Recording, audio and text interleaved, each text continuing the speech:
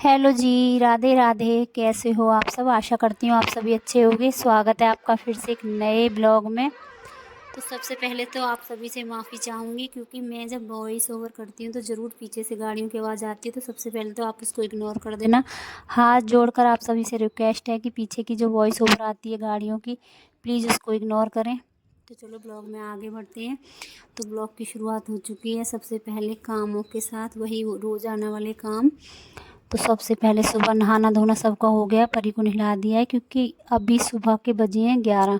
और आज मैं काफ़ी लेट ब्लॉग शुरू कर रही हूँ क्योंकि सुबह के सारे काम ख़त्म कर लिए थे, लेकिन बाहर की साफ़ सफाई नहीं की थी क्योंकि मुझे करनी थी आज अच्छे से साफ़ सफाई। तो इसलिए पहले मैंने कमरे की सफाई की, नहाना धोना हो गया, नाश्ता हो गया सबका, बर्तन भी साफ़ कर चुकी हूँ नाश्ते के। तो यहाँ मुझे आज बाहर की सफाई करनी है, फ्रिज को धोना है, तो इसीलिए मैंने आज बाहर की सफाई नहीं की है। तो यहाँ कुछ कागज़ रखे हुए थे, जैसे कि बच्चों की रिपोर्टें होती हैं, कुछ एक्स्ट्रा कागज़ हो जाते हैं, घर में इतना सारा सामान हो जाता है तो हफ्ते में 15 दिन में या 1 महीने में हमको देखना पड़ता है कौन सा काम का सामान है या नहीं। तो वही मैं साफ़ सफाई कर रही हूँ। तो सेब के ऊपर कुछ डिब्बे लगे हुए थे तो उनमें देख रही हूँ जो भी काम का कागज़ होगा उसको रख लेंगे, जो काम का सामान नहीं होगा तो उसको फेंक देंगे। तो ये छोटे छोटे कामों में मैंने परी को लगा दिया है कि तू इसको साफ़ कर, उसके बाद मैं और सफाई कर लेती हूँ। तो इसी बीच उज्जवल ने मेरे लिए फिर से 1 कप चाय बना दी है।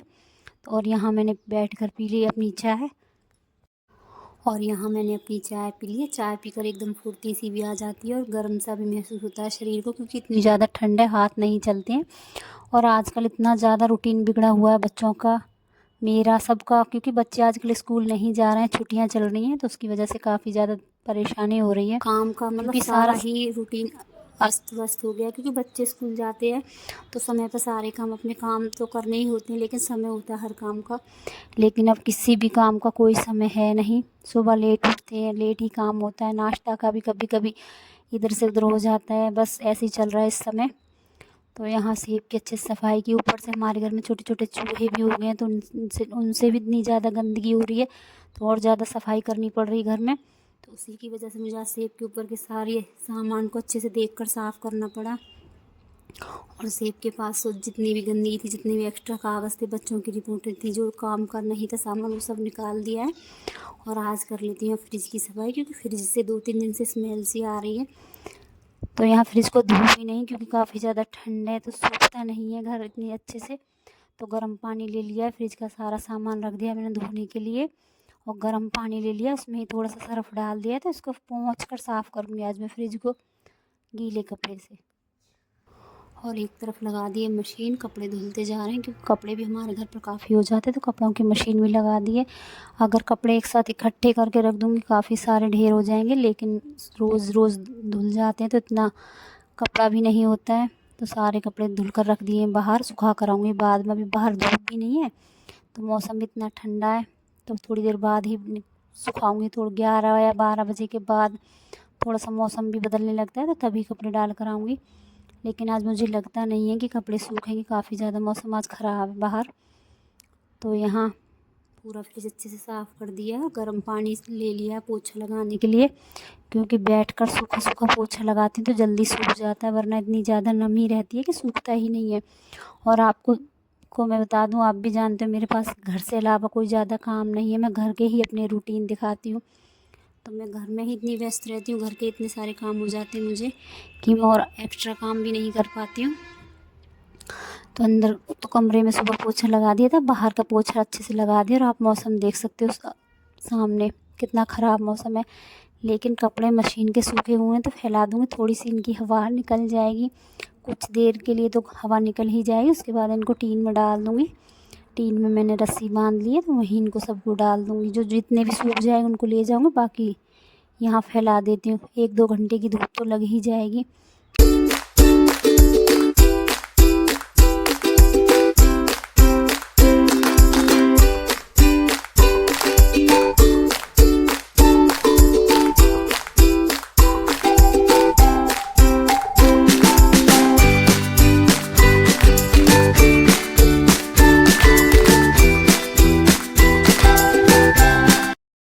और कल गुरुवार था तो कल भी कपड़े नहीं धुले थे, तो 2 दिन के कपड़े हैं, तो काफ़ी सारे कपड़े भी हैं, तो चारों तरफ कपड़े ही कपड़े देख सकते हो आप।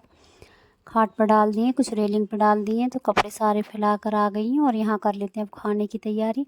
तो कुछ कल का साग रखा हुआ था, तो बच्चों को साग नहीं खाना है क्योंकि एक बार खा लेते हैं तो फिर थोड़ा मन हट जाता है। तो अभी फ़िलहाल को साग नहीं दूँगी।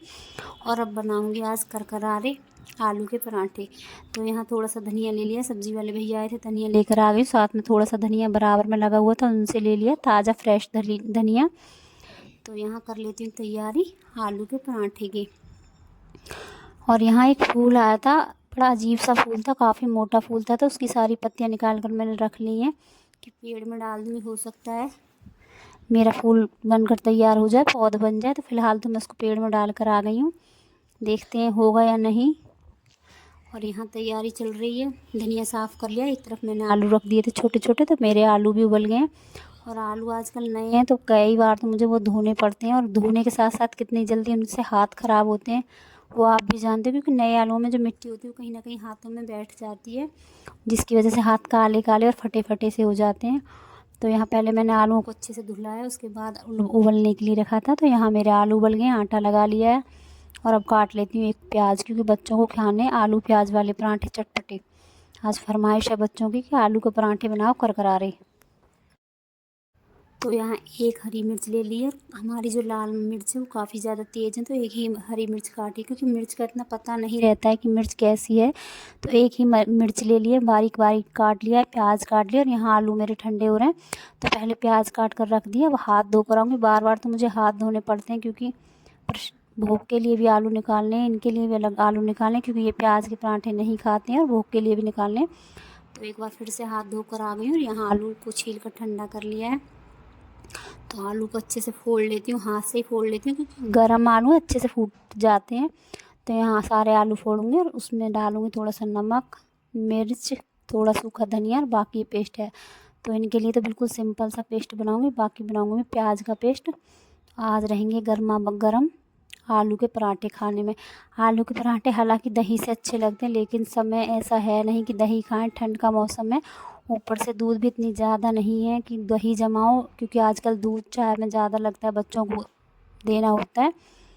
तो आजकल मैं दही नहीं जमाती हूँ, ठंड का भी मौसम है इसलिए दही नहीं जमाती हूँ, सबको दूध और चाय दे देती हूँ। तो अब तो फ़िलहाल मैं चाय भी नहीं बनाऊँगी, मीठी सॉस के साथ सब खा लेंगे गर्मा गर्म घी भर कर पराठे, क्योंकि बच्चे पराठे घी भर कर ही खाते हैं।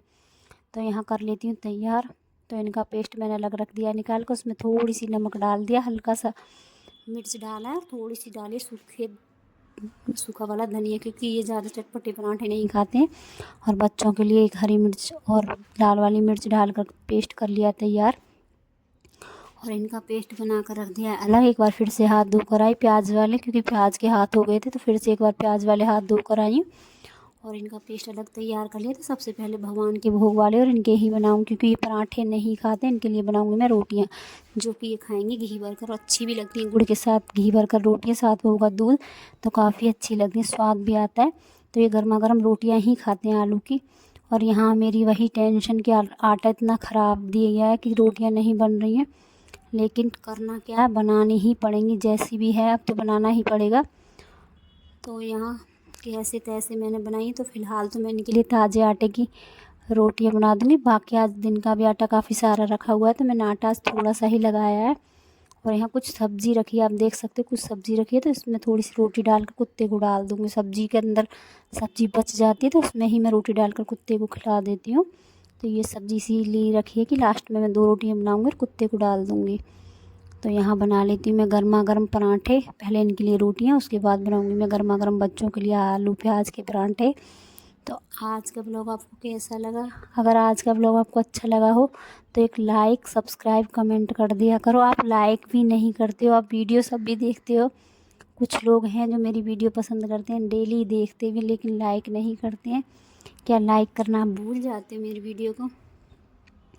अगर एक लाइक करना आप भूल जाते तो प्लीज़ एक लाइक कर दिया करो मेरे लिए, मेरे मन के लिए, कि मुझे भी तसल्ली मिल जाए कि हाँ मेरी वीडियो आपको पसंद आई है। कमेंट कर दिया करो।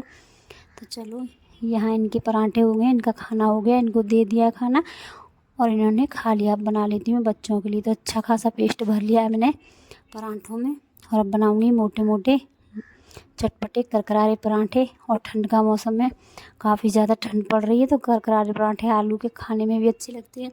सर्दियों की फेवरेट डिश है और छोटे बड़े सभी को पसंद आती है। और कड़कड़ाती ठंड में आलू के पराठे और चाय मिल जाए तो बात ही क्या है। तो बच्चों ने भी चाय के लिए मना कर दिया है, लेकिन मैं अपने लिए 1 कप चाय ज़रूर बनाऊँगी पराठों के साथ, जब भी मज़ा आएगा। तो चलो यहाँ बना लेते हैं आलू के पराठे। और कल भी मेरा ब्लॉग नहीं आ पाया था क्योंकि कहीं